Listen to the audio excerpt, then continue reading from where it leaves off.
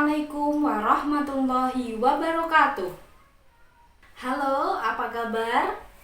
Semoga dalam keadaan sehat walafiat dan selalu dalam lindungan Allah Subhanahu wa Ta'ala. Ada yang berbeda dalam pembelajaran kali ini. Karena adanya wabah COVID-19, kita tidak dapat belajar dengan bertatap muka.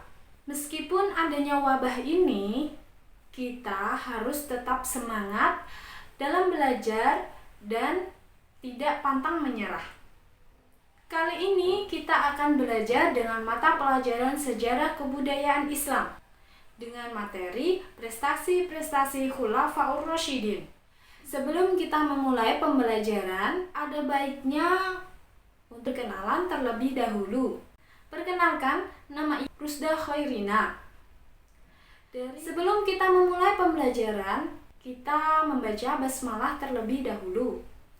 Bismillahirrahmanirrahim.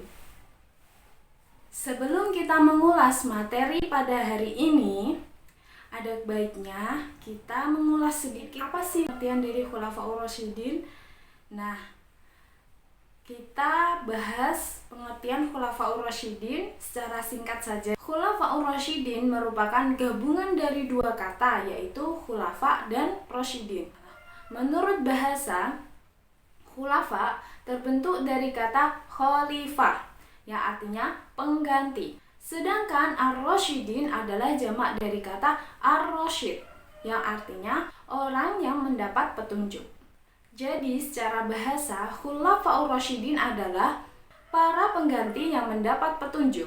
Sedangkan Khulafaur Rasyidin menurut istilah adalah para pengganti dan penerus kepemimpinan Islam setelah Rasulullah SAW wafat. Namun Khulafaur Rasyidin ini bukan untuk menggantikan Nabi Muhammad SAW sebagai Rasul maupun Nabi, hanya sebagai pemimpin umat Islam. Lalu apa saja sih prestasi-prestasi dari Khalifah Abu Bakar ini? Prestasi yang pertama dari Khalifah Abu Bakar ini adalah memberangus orang-orang yang mengaku sebagai nabi. Dan mengapa sih sampai ada orang yang mengaku sebagai nabi? Alasan yang menjadikan mereka mengaku sebagai nabi karena pada saat Nabi Muhammad SAW wafat, krisis kepemimpinan menimbulkan gejolak perpecahan umat. Lalu sebagian umat Islam mulai menentang kebijakan Nabi Muhammad SAW. Kemudian mereka menyebabkan ketidakstabilan umat Islam pada saat itu. Lalu siapa saja orang-orang yang mengaku sebagai nabi ini?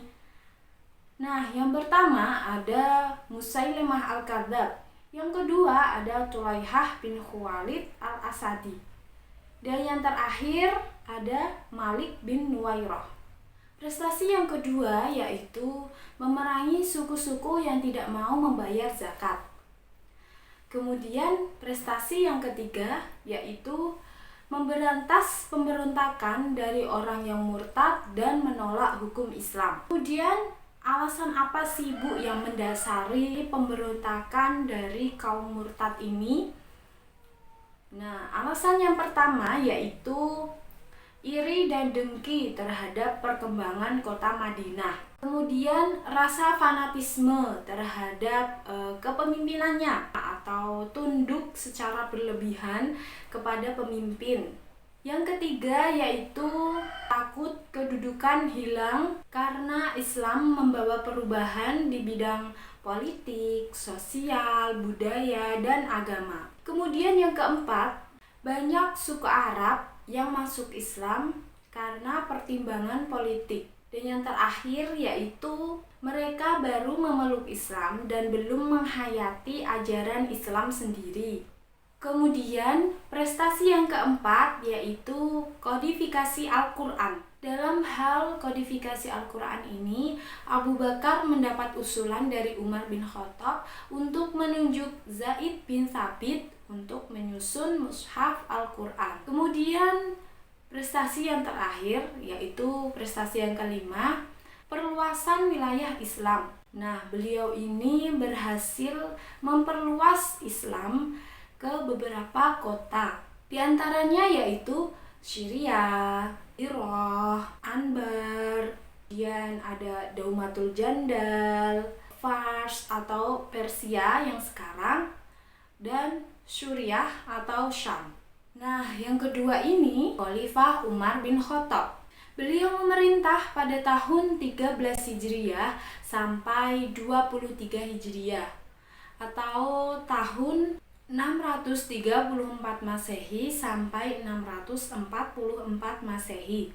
Lalu prestasi apa sih yang diraih oleh Khalifah Umar bin Khattab ini? Prestasi-prestasi yang telah beliau atau Khalifah Umar bin Khattab ini raih adalah yang pertama yaitu perluasan wilayah Islam. Beliau memperluas wilayah Islam ke beberapa kota, yaitu seperti Palestina, Syria, kemudian sebagian besar wilayah Persia dan Mesir. Kemudian prestasi yang kedua, mengatur administrasi dan keuangan pemerintah. Dalam hal ini beliau membentuk Baitul Mal dan Dewan Militer. Baitul Mal yaitu yang mengurusi keuangan negara, sedangkan Dewan Militer ini yang mengurusi angkatan perang. Kemudian prestasi yang ketiga yaitu menetapkan kalender Hijriah.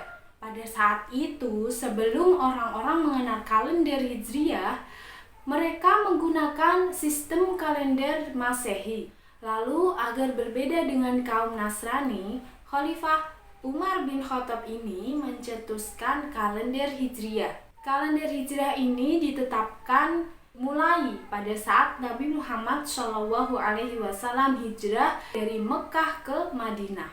Kemudian prestasi yang terakhir yaitu keempat, menjadikan masjid-masjid lebih indah dan megah. Misalnya Masjidil Haram dan Masjid Nabawi. Dan Khalifah yang ketiga yaitu Khalifah Utsman bin Affan. Beliau memerintah pada tahun 23 Hijriah sampai 35 Hijriah atau tahun 644 Masehi sampai tahun 656 Masehi. Lalu apa saja sih Bu prestasi-prestasi dari Khalifah Utsman bin Affan ini?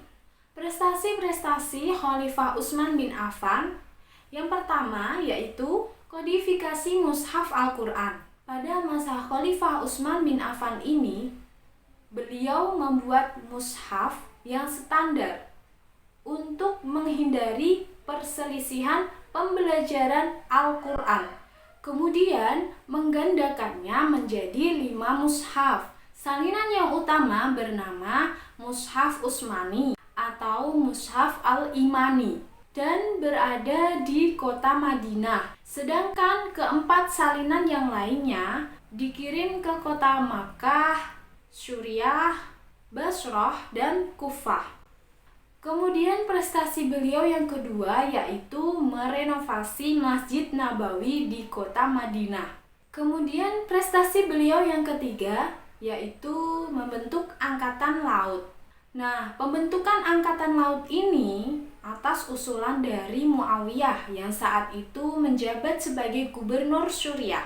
Kemudian prestasi yang keempat yaitu perluasan wilayah Islam.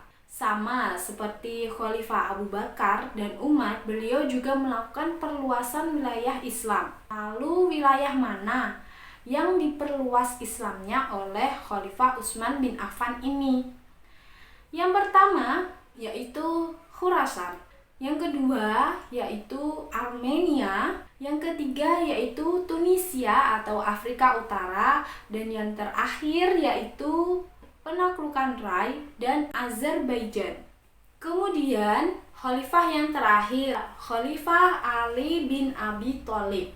Beliau memerintah pada tahun 35 Hijriah sampai 41 Hijriah atau tahun 656 Masehi sampai 661 Masehi. Kemudian apa saja sih Bu prestasi-prestasi dari Khalifah Ali bin Abi Thalib?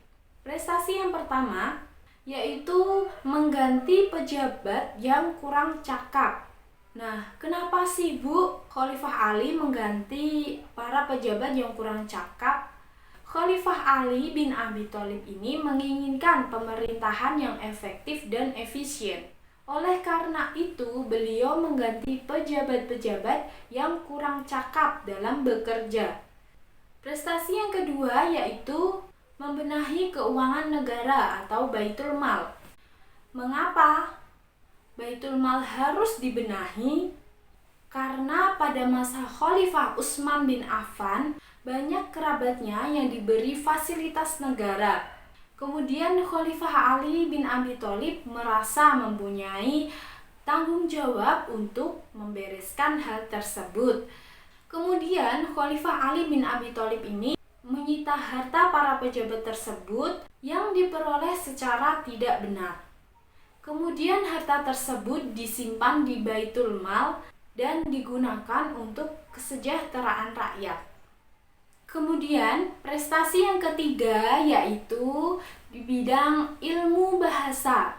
Pada bidang ilmu bahasa ini Khalifah Ali bin Abi Thalib menunjuk Abu Aswad Al-Duali untuk menyusun kaidah atau pokok-pokok ilmu nahwu. Kemudian prestasi yang terakhir yaitu di bidang pembangunan. Khalifah Ali bin Abi Thalib membangun kota Kufah menjadi pusat kebudayaan Islam, yaitu pusat ilmu tafsir, ilmu hadis, ilmu nahwu, dan berbagai macam ilmu pengetahuan lainnya.